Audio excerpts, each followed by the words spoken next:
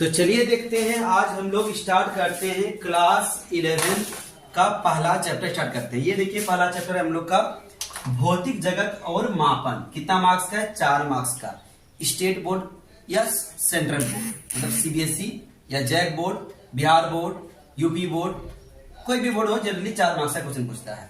तो सबसे पहले हम लोग जानेंगे साइंस के बारे में। तो साइंस क्या है? Knowledge which man has gained through observation and experiment when organised systematically. जब कोई भी ऑब्जर्वेशन या एक्सपेरिमेंट सिस्टेमेटिकली ढंग से ऑर्गेनाइज किया जाता है तो उससे जो हम लोग को नॉलेज मिलता है उसी को हम लोग बोलते हैं साइंस। तो देखिए साइंस को 2 पार्ट में डिवाइड किया है, नॉन लिविंग और लिविंग। तो नॉन लिविंग के बारे में देखेंगे। नॉन लिविंग साइंस को ही नाम दिया गया फिजिकल साइंस। कौन सा साइंस दिया गया है? Physical science. तो फिजिकल साइंस के अंतर्गत हम लोग क्या पढ़ेंगे? फिजिक्स पढ़ेंगे, केमिस्ट्री पढ़ेंगे, जियोलॉजी पढ़ेंगे, ज्योग्राफी पढ़ेंगे, एस्ट्रोनोलॉजी पढ़ेंगे, एस्ट्रोनॉमी पढ़ेंगे, एस्ट्रोलॉजी पढ़ेंगे और ओशियोनोलॉजी पढ़ेंगे। फिजिक्स भौतिक शास्त्र, रसायन शास्त्र, जियोलॉजी, ज्योग्राफी, ये सब के बारे में हम लोग पढ़ेंगे। ठीक है, साइंस में हम लोग को यही सब आता है बेसिकली। ठीक है, और नॉन लिविंग में आएंगे बायोलॉजी साइंस, बायोलॉजिकल साइंस में जूलॉजी और बॉटनी, ये हम लोग का आ जाएगा। बाकी हम लोग का उतना नहीं देखा जाता है। तो ये सब के बारे में हम लोग इसमें पढ़ेंगे। ठीक है, तो चलिए देखते हैं इसके आगे हम लोग कुछ लिखते हैं। ठीक है,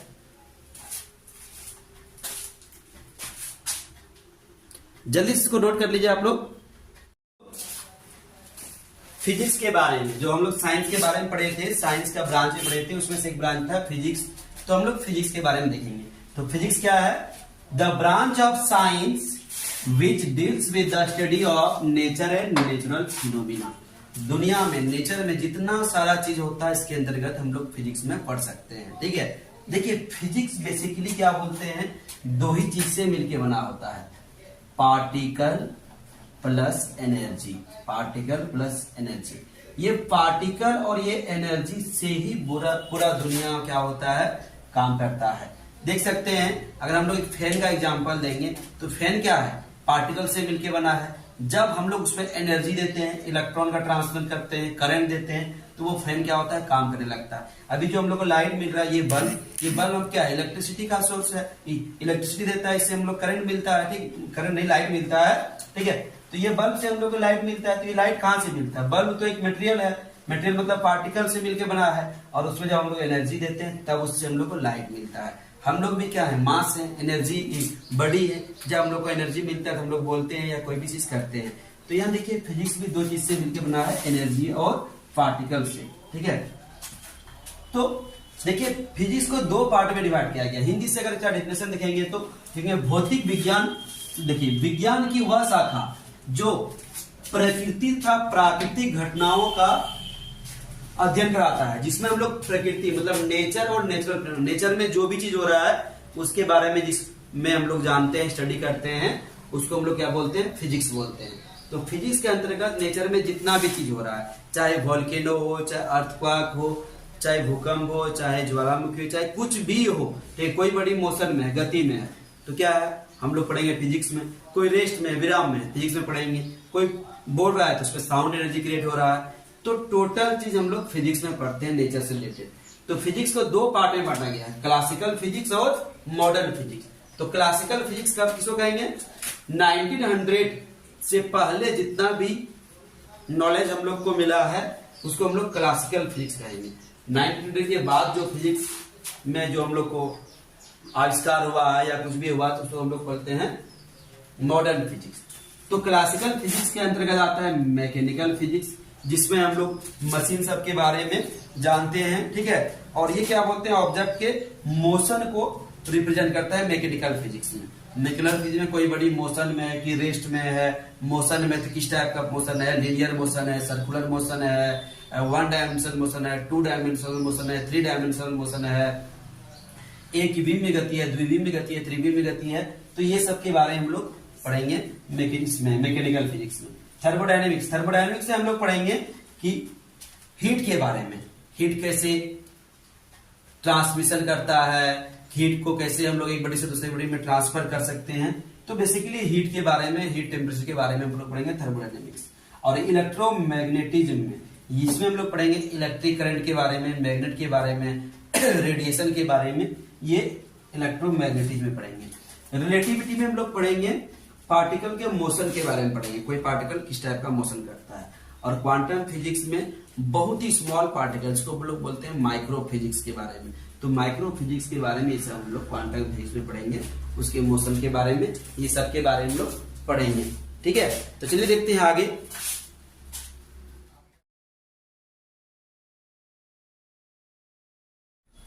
तो चलिए देखते हैं हम लोग अभी जो कुछ हम लोग क्लासिकल फिजिक्स का जो ब्रांच देखे थे वो सब के बारे में कुछ डिफाइन कर लेते हैं। देखिए, सबसे पहले हम लोग पढ़े थे मैकेनिक्स। तो मैकेनिक्स में क्या है, it deals with the theory of motion of material object at very low speed. Low speed जैसे क्या बोलते हैं, कोई कार, कोई बाइक, कोई ट्रेन, कोई पक्षी किस स्पीड से जाता है, किस तरह से जाता है, उसका स्पीड क्या होता है, 1 डायमेंशन होता है, 2 डायमेंशन होता है कि 3D होता है। तो ये सब के बारे में हम लोग मैकेनिकल फिजिक्स में यानी मैकेनिक्स में पढ़ेंगे। ठीक है।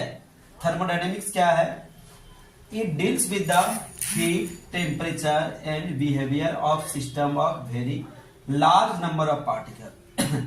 थर्मोडायनेमिक्स में हम लोग हीट के बारे में पढ़ेंगे, टेम्परेचर के बारे में पढ़ेंगे, और या तो कोई भी पार्टिकल को जब हम लोग हीट देते हैं, टेम्परेचर देते हैं, हीट करते हैं, तो उसके अंदर का सिस्टम जो होता है वाइब्रेट करने लगता है, तो उसके मोशन के बारे में हम लोग पढ़ेंगे। इसी हम लोग कैलोरीमेट्री पढ़ेंगे, थर्मामीटर पढ़ेंगे, अलग अलग टाइप का थर्मामीटर पढ़ेंगे, Fahrenheit thermometer, Celsius thermometer, Kelvin, Rankine, Reaumur. ठीक है, तो अलग अलग टेम्परेचर स्केल के बारे में भी हम लोग इसमें पढ़ेंगे। इलेक्ट्रोमैग्नेटिज्म, ठीक है, उसमें हम लोग क्या पढ़ेंगे, देखिए, it deals with the study of electricity, magnetism and electromagnetic radiation.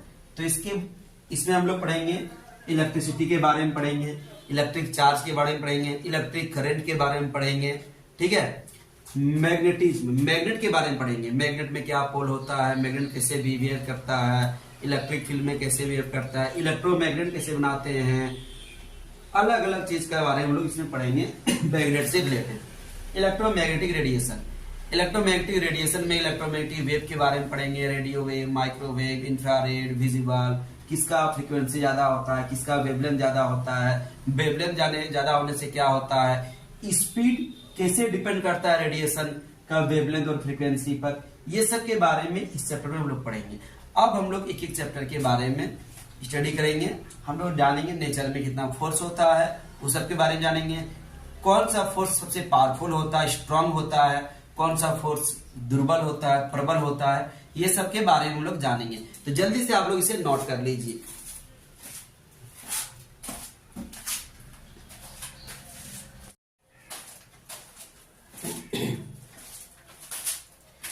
तो चलिए देख रहे हैं हम लोग क्लास 11 का नेक्स्ट टॉपिक जो है यूनिट 1 का फोर्स इन नेचर। तो नेचर में कितना फोर्स होता है, तो नेचर में बेसिकली 4 फोर्स होता है। पहला क्या है, ग्रेविटेशनल फोर्स, दूसरा है वीक फोर्स, तीसरा है इलेक्ट्रोमैग्नेटिक फोर्स, और चौथा है न्यूक्लियर फोर्स। तो एक एक करके हम लोग सबके बारे में जानेंगे।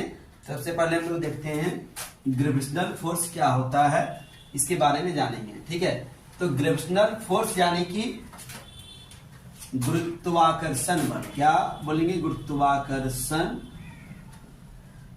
बल, ये इसका हिंदी हो गया गुरुत्वाकर्षण बल। तो गुरुत्वाकर्षण बल क्या होता है, इसके बारे में हम लोग जानेंगे। क्लास 11 में इसके लिए एक चैप्टर ही बना दिया गया है, ग्रेविटेशनल ग्रेविटी। तो उसमें हम लोग डिटेल में पढ़ेंगे। अभी थोड़ा सा कुछ जानेंगे। कोई भी दो बॉडी है, कोई भी दो मास है जिसके सेंटर से कुछ दूरी यहाँ आर शो कर दिए, ये मास हो गया m1, ये मास हो गया m2। तो दो मास के बीच जो अट्रैक्शनल फोर्स लगता है, दो द्रव्यमान के बीच जो आकर्षण बल लगता है, इसी बल का नाम है क्या, गुरुत्वाकर्षण बल। ठीक है, तो गुरुत्वाकर्षण बल क्या होता है, इसके लिए बहुत ज्यादा मास चाहिए। अगर हम लोग जैसे कि ये दो मार्कर है, दो मार्कर के बीच हम लोग ग्रेविटेशनल फोर्स निकालेंगे तो बहुत ही स्मॉल होगा। ठीक है, जैसे कि अर्थ और मून के बीच, अर्थ और सन के बीच, मार्स जुपिटर के बीच, पृथ्वी, अलग अलग ग्रहों के बीच जो लगता है, तो ये है गुरुत्वाकर्षण बल।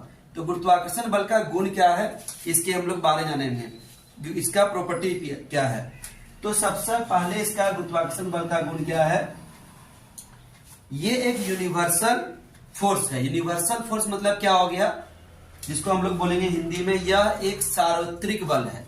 यूनिवर्सल फोर्स पहला गुण क्या हो गया, it is a universal force, it is a universal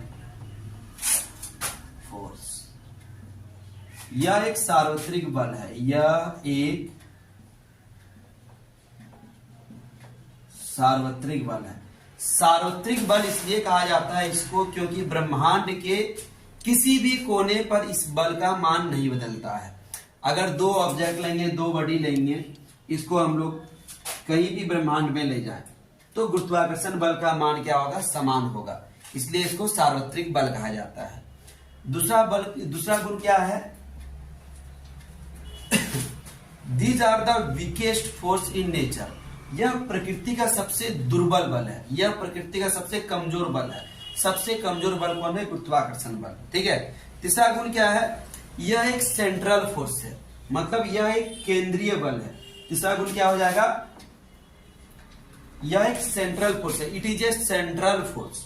ये देखिए दो जो बॉडी है, यहाँ दो मास है, दोनों मास के सेंटर से डिस्टेंस को लिए, कहां से लिए, केंद्र से दूरी लिए, यहां से यहां तक दूरी लिए। ऐसा नहीं कि हम लोग ये दो बॉडी है, हम लोग यहां से दूरी ले लेंगे या यहां से ले लेंगे या तो यहां से ले लेंगे, ऐसा नहीं, ये सब सारा गलत है।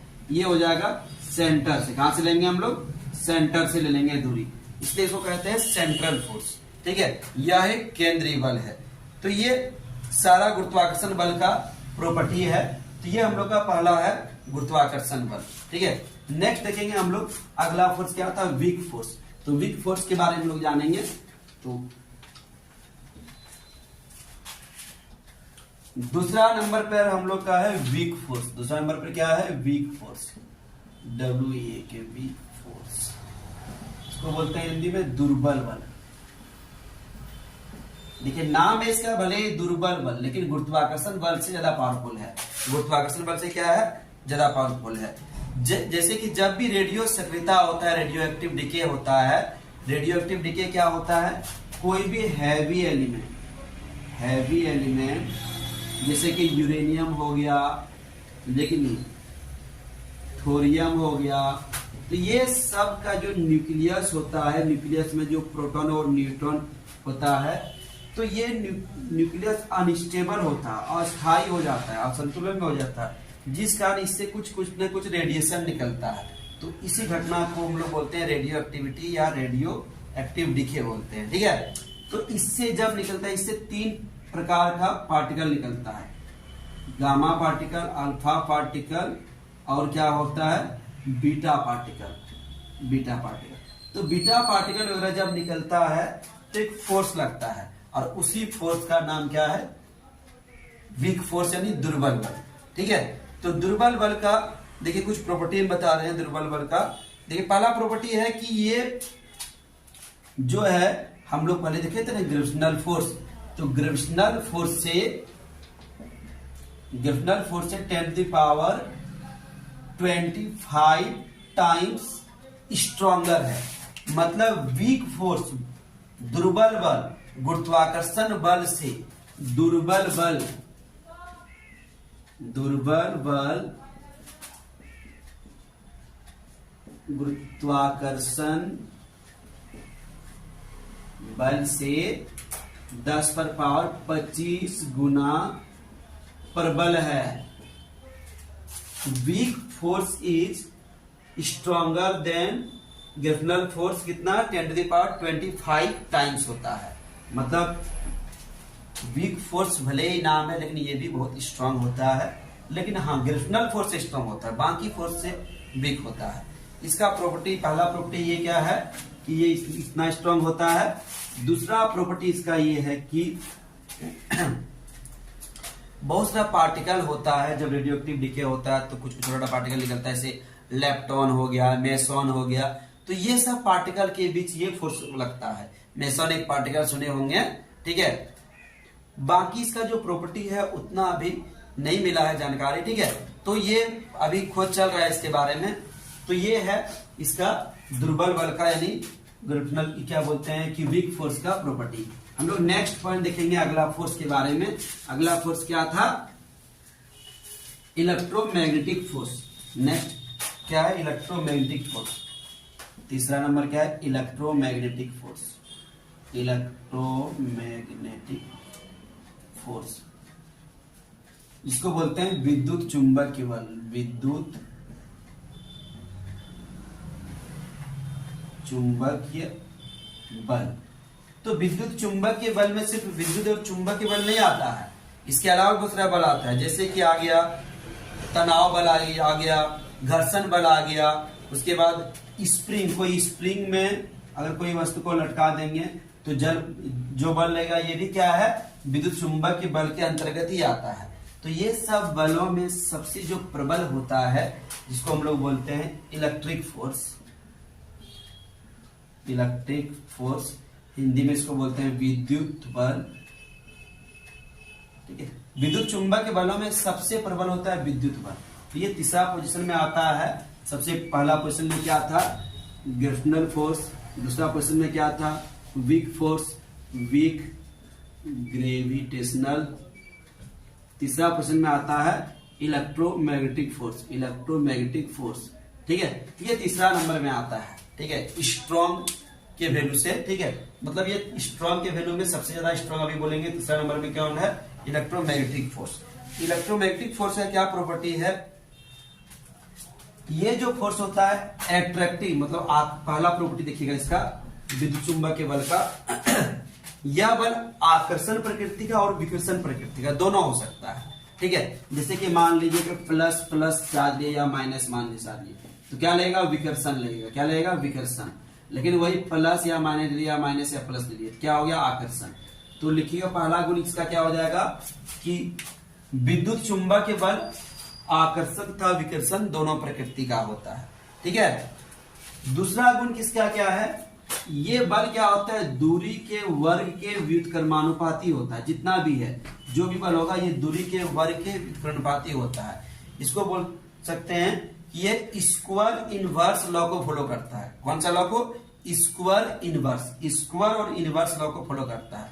यह बल दूरी के वर्ग के व्युत्क्रमानुपाती होता है। तो ये इसका दूसरा गुण है, ठीक है। इसका तीसरा गुण क्या है?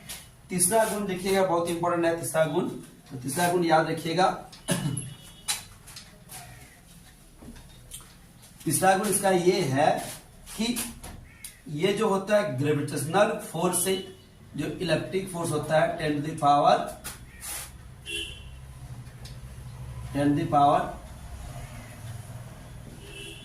6 टाइम्स स्ट्रॉन्गर होता है। इलेक्ट्रिक फोर्स अगर हम लोग ऐसे रेशियो निकालेंगे कि electric force by gravitational force तो कितना आ जाएगा? 10 to the power 36। Electric force gravitational force से 10 to the power 36 time stronger होता है। लेकिन अगर वही हम लोग कंपेरिजन करेंगे किससे? वीक फोर्स से, तो 10 to the power 11 times stronger होगा। कितना टाइम होगा? 10 टू द पावर 11 टाइम्स होगा। देखिए विद्युत बल गुरुत्वाकर्षण बल से 10⁻36 गुना ज्यादा पावरफुल होता है, लेकिन विद्युत बल दुर्बल बल से 10 टू द पावर 11 गुना अधिक प्रबल होता है, ठीक है। तो ये दोनों पॉइंट याद रखना है। तीसरा इसका गुण हो जाएगा क्या? नेक्स्ट गुण हो जाएगा इसका यह एक सेंट्रल फोर्स है। जैसे कि हम लोग ग्रेविटेशनल फोर्स में देखे थे कि सेंट्रल फोर्स को कहते हैं, इसमें दूरी को हम लोग सेंटर से लेते हैं। डिस्टेंस को कहां से लेते हैं? सेंटर से लेते हैं, ठीक है। तो ये भी क्या है? इलेक्ट्रिक फोर्स यानी इलेक्ट्रोमैग्नेटिक फोर्स भी क्या है? सेंट्रल ही फोर्स है, ठीक है। अगला देखते हैं हम लोग। अगला प्रॉपर्टी क्या है? ये फोर्स कंजर्वेटिव फोर्स है, मतलब यह एक संरक्षी बल है। यह एक क्या है? संरक्षी बल है, ठीक है। तो ये सारे गुण है किसका? इलेक्ट्रोमैग्नेटिक फोर्स, विद्युत चुंबकीय बल का। अब बचा हम लोग का चौथा बल जिसका नाम है नाभिकीय बल यानी न्यूक्लियर फोर्स। तो चौथा बल के बारे में हम लोग जानेंगे। देखिए चौथा बल क्या नाम है? Nuclear force. Nuclear force. Nuclear और जिसको बोले थे हम नाभिकीय बल। क्या नाम दिए थे? नाभिकीय बल। तो ये नाभिकीय बल क्या है? कोई भी परमाणु, ये मान लीजिए परमाणु है, इसके सेंटर में रहता है इसका नाभिक। तो नाभिक में दो ही कण रहता है, प्रोटॉन और न्यूट्रॉन। परमाणु के नाभिक में कौन सा कण रहता है? प्रोटॉन और न्यूट्रॉन। तो प्रोटॉन और न्यूट्रॉन के बीच जो आकर्षण बल लगता है इसी को बोलते हैं नाभिकीय बल। तो न्यूक्लियर फोर्स क्या है? बोल सकते हैं the force exert between the nucleons, nucleon मतलब proton and neutron, at the nucleus. परमाणु के नाभिक में जो बल लगता है इसका नाम क्या है? न्यूक्लियर फोर्स है। ठीक है।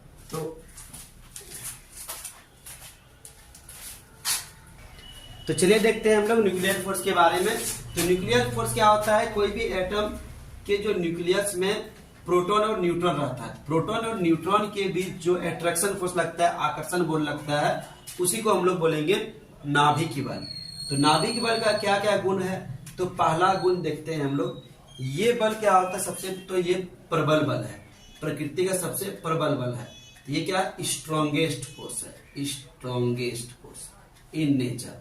तो पहला गुण है यह प्रकृति का सबसे प्रबल बल है। दूसरा प्रॉपर्टी क्या है? यह बल लगभग 10⁻⁻14 मीटर डिस्टेंस तक में लगता है। मतलब यह एक अल्प दूरी वाला बल है। It is a short distance force. इसका देखिए दो मतलब इसमें प्रोटॉन और न्यूट्रॉन के बीच का दूरी कितना होता है? बहुत ही कम होता है, 10⁻14 मीटर होता है। ठीक है। तीसरा क्या है? यह एक आकर्षण प्रकृति का बल है। कैसा प्रकृति का बल है? आकर्षण, एट्रैक्टिव इन नेचर। इसको बोलते हैं एट्रैक्टिव नेचर। यह बल का प्रकृति क्या होता है? एट्रैक्टिव होता है। यह कौन सा बल है? यह बल आकर्षण प्रकृति का होता है। ठीक है।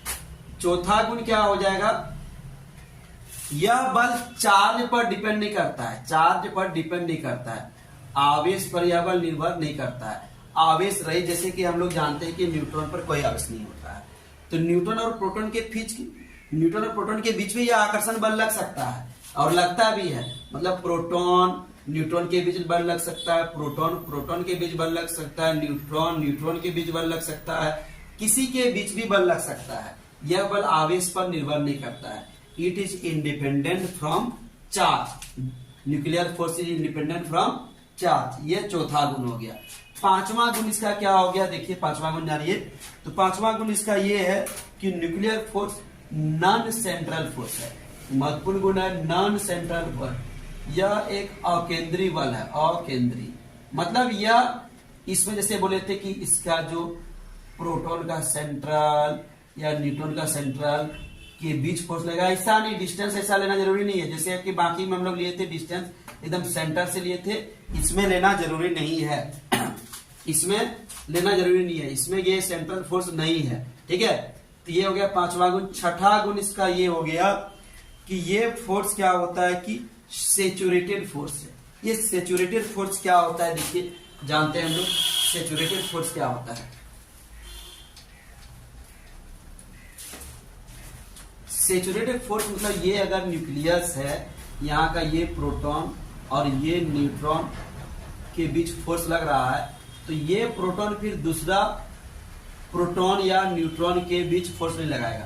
कहने का मतलब है एक प्रोटॉन और एक न्यूट्रॉन के बीच अगर फोर्स लग रहा है, दोनों के बीच बॉन्ड बन गया है, तो ये न्यूट्रॉन अलग प्रोटॉन या अलग न्यूट्रॉन से फोर्स नहीं लगाएगा, ये भी प्रोटॉन या अलग न्यूट्रॉन के बीच फोर्स नहीं लगाएगा। इसको बोलते हैं सैचुरेटेड फोर्स। इसको बोलते हैं हिंदी में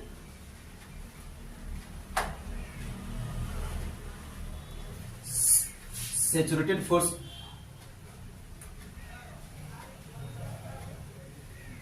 समपोसिबल बोल सकते हैं, या तो इसको बोलेंगे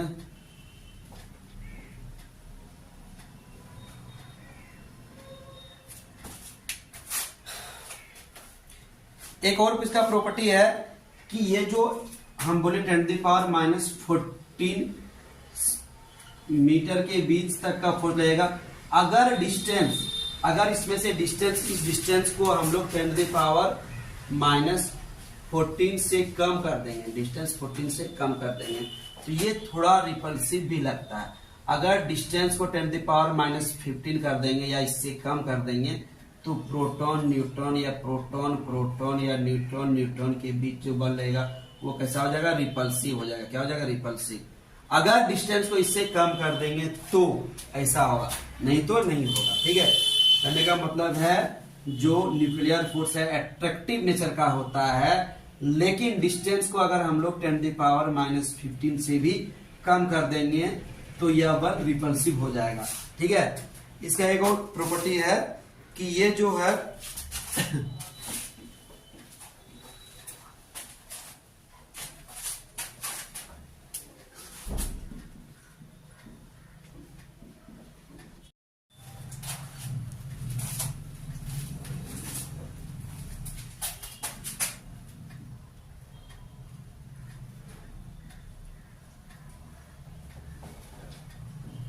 ये बल देखिए, न्यूक्लियर फोर्स ग्रेविटेशनल फोर्स से इतना स्ट्रांग है, न्यूक्लियर फोर्स इलेक्ट्रिक फोर्स से इतना स्ट्रांग है, और न्यूक्लियर फोर्स वीक फोर्स से इतना स्ट्रांग है। ये देखिए है, ठीक है। न्यूक्लियर फोर्स ग्रेविटेशनल फोर्स से 10⁻38 टाइम्स पावरफुल है। न्यूक्लियर फोर्स इलेक्ट्रिक फोर्स से 10⁻2 टाइम्स पावरफुल है। मतलब बोल सकते हैं, देखते हैं हम लोग क्या बोलते हैं, electric force sorry nuclear force और ग्रेविटेशनल फोर्स कितना टाइम स्ट्रांग है। न्यूक्लियर फोर्स ग्रेविटेशनल फोर्स का 10⁻38 टाइम्स स्ट्रॉन्गर है, और न्यूक्लियर फोर्स इलेक्ट्रिक फोर्स से 10⁻2 टाइम्स स्ट्रॉन्गर है। लेकिन न्यूक्लियर फोर्स जो वीक फोर्स से है 10⁻11 टाइम स्ट्रॉन्ग है। नाभिक बल गुरुत्वाकर्षण बल से 10⁻38 गुना प्रबल है, ज्यादा पावरफुल है। नाभिक बल विद्युत चुंबकीय बल से यानी विद्युत बल से 10⁻2 यानी क्या बोल सकते हैं, 100 गुना ज्यादा पावरफुल है, ज्यादा प्रबल है। और नाभिक बल दुर्बल बल से लगभग 10⁻11 गुना ज्यादा प्रबल है। अब हम लोग पढ़ेंगे सिस्टम ऑफ यूनिट। ठीक है, तो चलिए देखते हैं सिस्टम ऑफ यूनिट।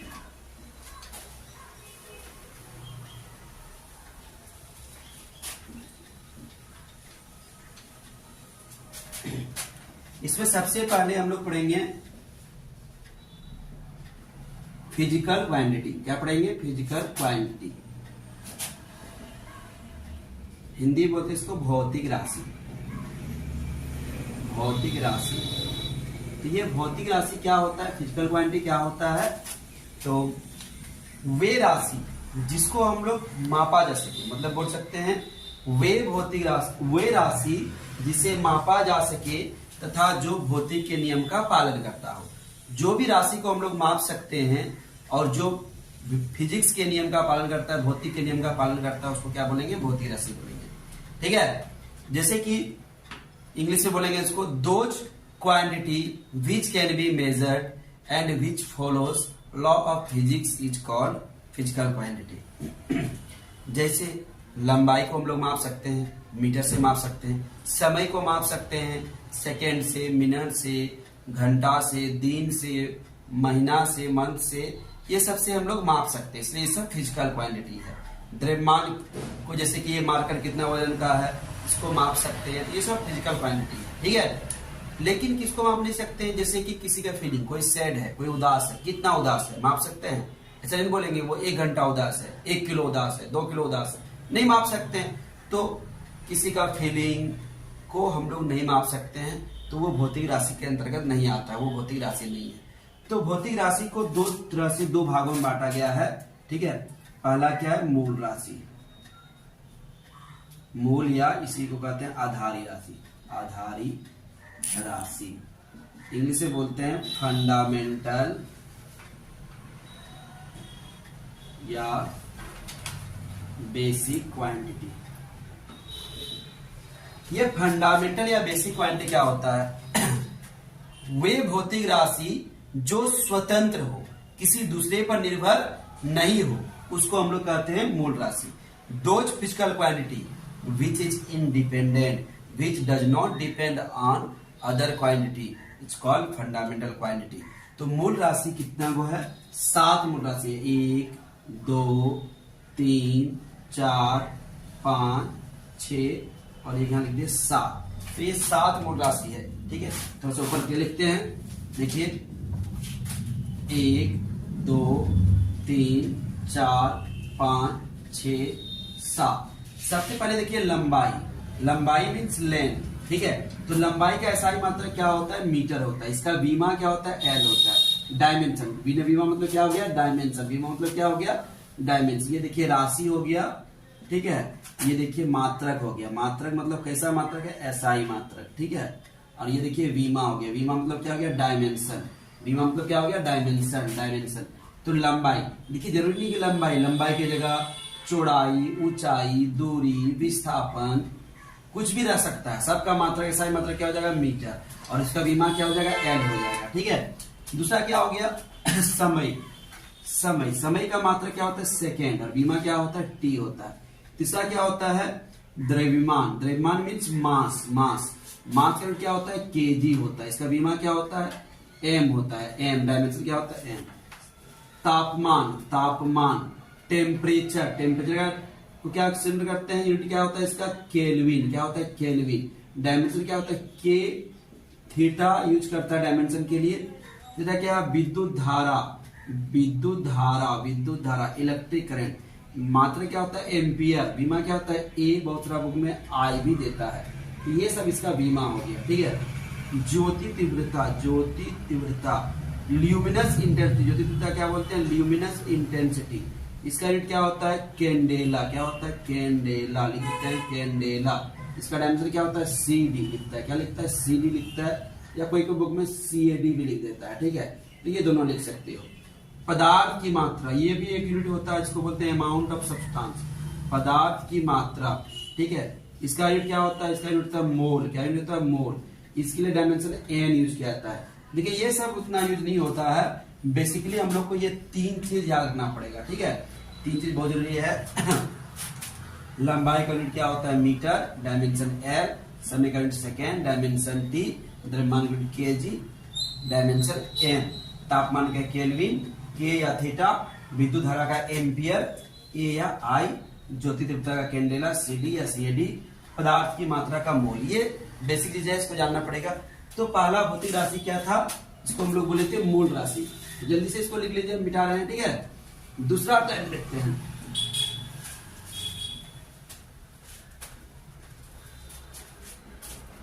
दूसरा 2 नंबर क्या होता है? व्युत्पन्न राशि। क्या होता है? व्युत्पन्न राशि। इंग्लिश में क्या बोलते हैं इसको? Derived quantity. DERIVED derived quantity. ठीक है, तो दोस्तों इस तरह का वीडियो देखने के लिए चैनल को सब्सक्राइब करें जल्दी से। तो डिराइव्ड क्वांटिटी व्युत्पन्न राशि क्या है? वे भौतिक राशि जो मूल राशि पर निर्भर हो उसे व्युत्पन्न राशि कहते हैं। Those physical quantity which is depend on fundamental quantity is called derived quantity. Those physical quantity which is depend on fundamental quantity, किस पर डिपेंड रहेगा? वही जो 7 को है ना, वही फंडामेंटल क्वांटिटी पर डिपेंड करेगा। उसी को बोल देंगे डिराइव्ड क्वांटिटी यानी व्युत्पन्न राशि। नाम से ये व्युत्पन्न मतलब किसी से ये उत्पन्न हुआ है। किससे उत्पन्न हुआ है? ये मूल राशि से उत्पन्न हुआ है, इसलिए इसका नाम है व्युत्पन्न राशि। इसका एग्जाम्पल जैसे कि हो गया वेग। ठीक है, तो वेग बराबर क्या होता है? विस्थापन बटे समय। क्या होता है? विस्थापन बटे समय। इंग्लिश में क्या बोलेंगे? Velocity equal to displacement by time. अब वेग का मात्रा, विस्थापन का मात्रा क्या होता है? तो विस्थापन का मात्रा मीटर होता है। जैसे कि बोले थे दूरी का, विस्थापन का, लंबाई का, सबका मात्रा मीटर। समय का मात्रा क्या होता है? सेकेंड। तो इसी को इसे लिख देंगे मीटर पर सेकेंड। यहाँ पार कुछ नहीं है तो 1 लेंगे। ठीक है, इसका बीमा क्या हो जाएगा? डायमेंशन क्या हो जाएगा? मीटर के लिए डायमेंशन होता है एल। समय के लिए क्या होता है? टी। तो हो गया LT-1। इस तरह से दूसरा लिखेंगे। मान लीजिए थोड़ा इधर लिखते हैं। दूसरा आप लोग लिख दिए, मान लीजिए इसका त्वरण यानी एक्सेलरेशन। त्वरण का बराबर क्या होता है? वेग बटे समय। त्वरण बराबर क्या होता है? वेग बटे समय। त्वरण बराबर क्या होता है? वेग बटे समय। त्वरण बराबर क्या होता है? वेग बटे समय। Acceleration equal to velocity by time. Acceleration equal to velocity by time होता है। तो वेलोसिटी का यूनिट क्या देखिए हम लोग लिखे हैं? मीटर पर सेकेंड। मीटर पर सेकेंड और यहाँ 1 सेकेंड। तो 1 सेकंड और 1 सेकंड मिलकर क्या हो जाएगा 2 सेकंड, तो मीटर पर सेकंड स्क्वायर। अब इसका डायमेंशन क्या होता है जल्दी से बताइए आप लोग। तो मीटर के लिए डायमेंशन क्या लिखते हैं, एल लिखते हैं। क्या लिखते हैं, एल लिखते हैं। समय के लिए क्या लिखते हैं, टी लिखते हैं। पावर कितना है, -2। ये हो गया metre second, L T power -2। इस तरह से हो जाएगा जैसे कि बल यानी कि फोर्स बराबर क्या होता है, द्रव्यमान गुना त्वरण। द्रव्यमान गुना त्वरण क्या होता है, mass into acceleration. Force equal to mass into acceleration. अब मास का यूनिट क्या होता है, केजी, और एक्सीलरेशन का यहाँ है, एक्सीलरेशन का हम लोग निकाल चुके हैं त्वरण का, तो लिखेंगे मीटर पर सेकंड स्क्वायर। ठीक है, इसका डायमेंशन क्या हो जाएगा, केजी के लिए होता है डायमेंशन एम, मीटर के लिए डायमेंशन क्या होता है, मीटर के लिए होता है एल, टाइम के लिए क्या होता है t-2। ये देखिए डायमेंशन इसका हो गया। ये इसका इस यूनिट का एक और नाम है, सबका दो नाम नहीं होता, वो नाम क्या है, वो नाम है न्यूटन। तो इसी तरह से हम लोग और भी बहुत सारा चीज का होता है, बहुत सारा चीज का निकालेंगे।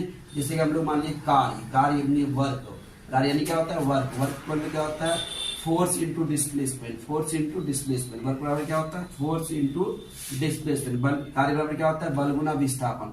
तो बल का यूनिट क्या होता है, यहाँ देख लीजिए, केजी मीटर होता है पर सेकंड स्क्वायर। विस्थापन क्या होता है, मीटर। तो देखिए केजी, यहाँ 1 मीटर और 1 मीटर क्या हो जाएगा, मीटर स्क्वायर पर सेकंड स्क्वायर। और इसी का नाम दूसरा है जूल। इसी का दूसरा नाम क्या है, जूल। इसका डायमेंशन क्या हो जाएगा, केजी के लिए क्या होता है एम, मीटर के लिए क्या होता है एल स्क्वायर t-2।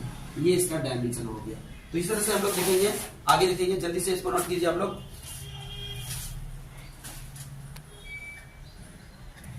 तो चलिए देखते हैं इसके आगे हम लोग देखेंगे। देखिए हम लोग दो तरह का राशि देखें, मूल राशि और व्युत्पन्न राशि। पहले देखिए भौतिक राशि। तो भौतिक राशि का दो प्रकार होता है, मूल राशि और व्युत्पन्न राशि। मूल राशि की संख्या कितना होता है, 7 होता है, 5 और 2 7 होता है। क्या क्या होता है, लंबाई, समय, द्रव्यमान, तापमान, विद्युत धारा, ज्योति तीव्रता, और क्या था, पदार्थ की मात्रा। 7 के अलावा अब देखिए क्या है, व्युत्पन्न राशि। व्युत्पन्न राशि में बहुत सारा होता है, वेग हो गया, त्वरण हो गया, बल हो गया, कार्य हो गया, शक्ति हो गया, दाब हो गया। इस तरह से बहुत सारा होता है। ठीक है, तो उसके अलावा एक अन्य राशि होता है, अन्य मात्रक होता है, इसका नाम है संपूरक मात्रक। ठीक है, ये संपूरक मात्रक क्या होता है, देखिए 2 संपूरक मात्रक होता है, समतल कोण और ठोस कोण। तो समतल कोण का मात्रक होता है रेडियन और ठोस कोण का मात्रक होता है स्टेरेडियन। ये 2 फिजिकल क्वांटिटी ऐसा है, ये 2 ऐसा भौतिक राशि है जिसका सिर्फ मात्रक होता है, विमा नहीं होता है। विमा क्या होता है, नहीं होता, सिर्फ मात्रक होता है। तो पूछेगा कौन सा भौतिक राशि जिसका सिर्फ मात्रक होता है, विमा नहीं होता है, तो समतल कोण और ठोस कोण। अब देखेंगे हम लोग इकाई। ठीक है, तो फिजिक्स में कोई भी स्टैंडर्ड जिससे हम लोग कुछ स्पेसिफिक मेजरमेंट करते हैं, ठीक है, जिससे फिजिकल क्वांटिटी को लोग मापते हैं, उसको हम लोग बोलते हैं यूनिट। तो यूनिट को चुनने का क्या क्या तरीका है, कोई भी यूनिट को हम लोग जो चुनेंगे वो उसके लिए कुछ चॉइस है, कुछ तरीका है। ऐसे नहीं कि कोई भी चीज को हम लोग यूनिट बना लें। तो पहला क्या तरीका है, देखिएगा समझिएगा। पहला कि कोई भी यूनिट क्या है, सुटेबल साइज का। जैसे कि ये मान लें कि हम लोग किलोग्राम, ये मान ट्रांसफार्मर का है, ट्रांसफार्मर, तो ये किलोग्राम के लिए हम लोग जो लिए हैं स्टैंडर्ड यूनिट, वो सुटेबल साइज का हो। ये नहीं कि ये किलोग्राम एक लिए तो वो बहुत बड़ा साइज का हो, तो फिर ले जाने में दिक्कत होगा। इसलिए पहला क्या है, वह सुटेबल आकार का हो। It should be suitable in size, या सही आकार का हो या निश्चित आकार का हो। ठीक है, दूसरा क्या है, it should be accurately defined, यह उचित रूप से परिभाषित है। ऐसा नहीं कि कोई भी यूनिट ले लिए वो सही रूप से परिभाषित ही नहीं है, उसका वैल्यू भी अच्छी तरह से हमको नहीं पता है, तो फिर वो यूनिट हम लोग नहीं लेंगे। ठीक है, तो जो भी यूनिट लिया गया है वो अच्छी तरह से परिभाषित हो, अच्छा तरह से डिफाइंड हो। तीसरा क्या है कि यह आसानी से मिल सके, यह आसानी से उपलब्ध हो। It should be easily available, यह आसानी से उपलब्ध हो। ऐसा नहीं कि जो उपलब्ध ही नहीं है उसको हम लोग कैसे ले सकते हैं। जैसे कि मान लीजिए कोई ऐसा यूनिट ले लिए जो हम लोग के पास आम जीवन के पास, आम पब्लिक के पास उपलब्ध नहीं। जैसे कि मान लीजिए हम लोग जो किलोग्राम बनाए वो प्लेटिनम का बना देंगे, तो प्लेटिनम इतना महंगा है, सबके पास नहीं हो सकता है, इसलिए वो इजिली अवेलेबल नहीं है, इसलिए उसको नहीं लेंगे। ठीक है, अगला क्या है, it should not be change with time. ऐसा नहीं कि अभी यूनिट का वैल्यू कुछ है, टेम्परेचर बढ़ा, हीट बढ़ा, प्रेशर बढ़ा, इन्वायरमेंट चेंज हुआ, वो यूनिट भी चेंज हो जाए, वैसा यूनिट नहीं लेना है। ऐसा यूनिट लेना है जिसका वैल्यू हमेशा क्या है, सेम रहेगा, जनरली कंडीशन पर वो चेंज नहीं होगा, ठीक है। और क्या है कि ये टेम्परेचर प्रेशर वगैरह के साथ ये नहीं चेंज हो, ठीक है, यूनिट ऐसा होना चाहिए। और एक चीज है कि ये यूनिट को इजीली फिर से प्राप्त कर सके, पुनः निर्माण कर सके, इजीली रिप्रोड्यूसिबल हो, वैसे यूनिट को हम लोग लेंगे, ठीक है। तो चलिए देखते हैं आगे।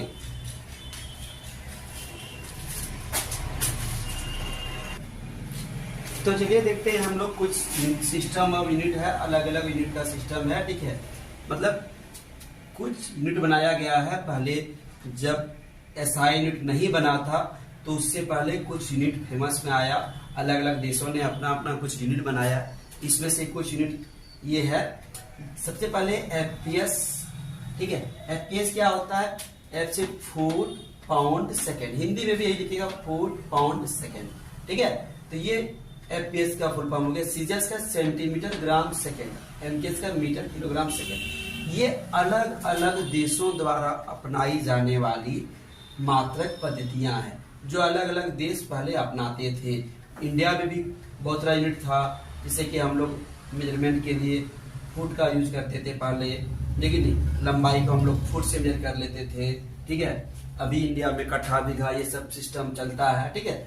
तो ये सब सिस्टम अलग अलग कंट्री द्वारा लिया जाता था। लेकिन जब इंटरनेशनल बिजनेस स्टार्ट हुआ, एक कंट्री से दूसरा कंट्री बिजनेस करने लगा, तो लोगों को समझने में दिक्कत होने लगा। कोई जैसे कि पाउंड में मेजर करता है, कोई ग्राम में, कोई किलोग्राम में, तो ये सब प्रॉब्लम होने लगा। तब 1960 में, कब 1960 के आसपास में, ठीक है, एक नया सिस्टम सभी देशों ने मिलकर बनाया, और उस सिस्टम का क्या नाम है? SI system, SI unit. और उस एसआई यूनिट में वही 7 फंडामेंटल क्वांटिटी को लिया गया जो हम लोग स्टार्टिंग में पढ़े थे इसमें से। लेकिन क्या क्या लिया गया था? लेंथ के लिए लेंथ, टाइम, मास, ठीक है, लंबाई, समय, द्रव्यमान, ये सब जो 7 बताए थे वही 7 को लिया गया, ठीक है। और सभी देशों ने मिलके उसका यूनिट डिसाइड किया, मात्रा डिसाइड किया, सब चीज डिसाइड किया। तो ये हम लोग का हो गया, ठीक है। तो इसको लिख लीजिए जल्दी से आप लोग।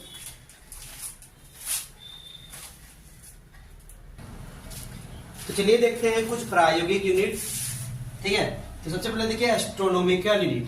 तो एस्ट्रोनॉमिकल यूनिट क्या होता है? पृथ्वी और सूरज के केंद्र के बीच की दूरी को एस्ट्रोनॉमिकल यूनिट कहा जाता है, ठीक है। तो ये वैल्यू कितना होता है? 1.1 astronomical unit equal to 1.5 × 10⁻11 metre होता है। दूसरा क्या है? Light year. लाइट ईयर क्या होता है? 1 ईयर में लाइट जितना डिस्टेंस ट्रेवल करता है, 1 वर्ष में प्रकाश द्वारा तय की गई दूरी को प्रकाश वर्ष कहते हैं, ठीक है। एस्ट्रोनॉमिकल यूनिट को बोलते हैं खगोलीय वर्ष, खगोलीय वर्ष। इसको बोलते हैं प्रकाश वर्ष, प्रकाश वर्ष, ठीक है। तो 1 लाइट ईयर मतलब 1 वर्ष में प्रकाश द्वारा तय की गई दूरी। 1 वर्ष में प्रकाश कितना दूरी तय करेगी उसको कहते हैं प्रकाश वर्ष, यानी लाइट ईयर शॉर्ट में होगा। तो 1 लाइट ईयर में कितना डिस्टेंस ट्रेवल करता है? 9.46 × 10⁻15 मीटर। अगला है पार्सेक। 1 पार्सेक बराबर 3.1 × 10⁻16 मीटर। तो अभी दूरी का सबसे बड़ा यूनिट हम लोग के लिए है पार्सेक। क्या हो गया? दूरी का सबसे बड़ा यूनिट क्या हो गया? पार्सेक। कुछ देख लीजिए यहाँ, 1 parsec equal to 3.26 light year. 1 parsec equal to 3.26 light year, ठीक है। और 1 लाइट ईयर बराबर 6.3 × 10⁻4 एस्ट्रोनॉमिकल यूनिट। मतलब एक प्रकाश में 6.3 × 10⁻4 खगोलीय वर्ष होते हैं। और 1 मीटर में देखिए 1.05 × 10⁻16 प्रकाश वर्ष होते हैं। एक प्रकाश वर्ष में कितना मीटर होता है? तो एक प्रकाश वर्ष में 9.46 × 10⁻15। इसी का उल्टा करेंगे, 1 मीटर में कितना होता है, ठीक है। कुछ छोटा यूनिट है दूरी का, जैसे कि 1 इंच। 1 इंच में 0.0254 मीटर होता है। 0.254 मीटर, 0.254 मीटर होता है। दूसरा क्या है? 1 फुट। 1 फुट इक्वल टू क्या होता है? 0.2 3048 मीटर होता है 1 फुट में। ठीक है, 1 फुट यही 30 सेंटीमीटर के आसपास होता है। अगर 1 फुट का, ये देखिए ये स्केल है 30 सेंटीमीटर का। ऐसे अगर फुट बनाते हैं तो 1 फुट में कितना हो जाएगा, 30 सेंटीमीटर के आसपास होता है। इसी को फुट बोलते हैं ना।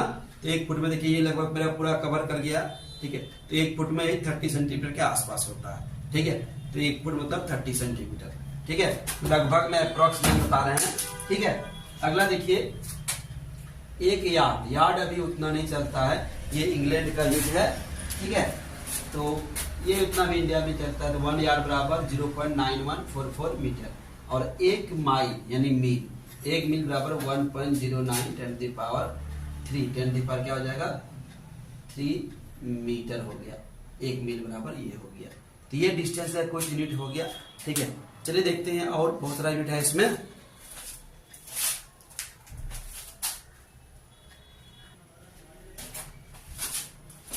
तो विद्यार्थियों, आगे जितना भी होगा एक और वीडियो में हम लोग पढ़ेंगे, जिसमें हम लोग बीम सूत्र के बारे में पढ़ेंगे, डायमेंशनल फॉर्मूला, बीम सूत्र का अवलोकन करेंगे, उसका बीम सूत्र का उपयोग क्या है, उसका दोष क्या है, डायमेंशन एनालिसिस जिसको बोलते हैं, वो सब करेंगे।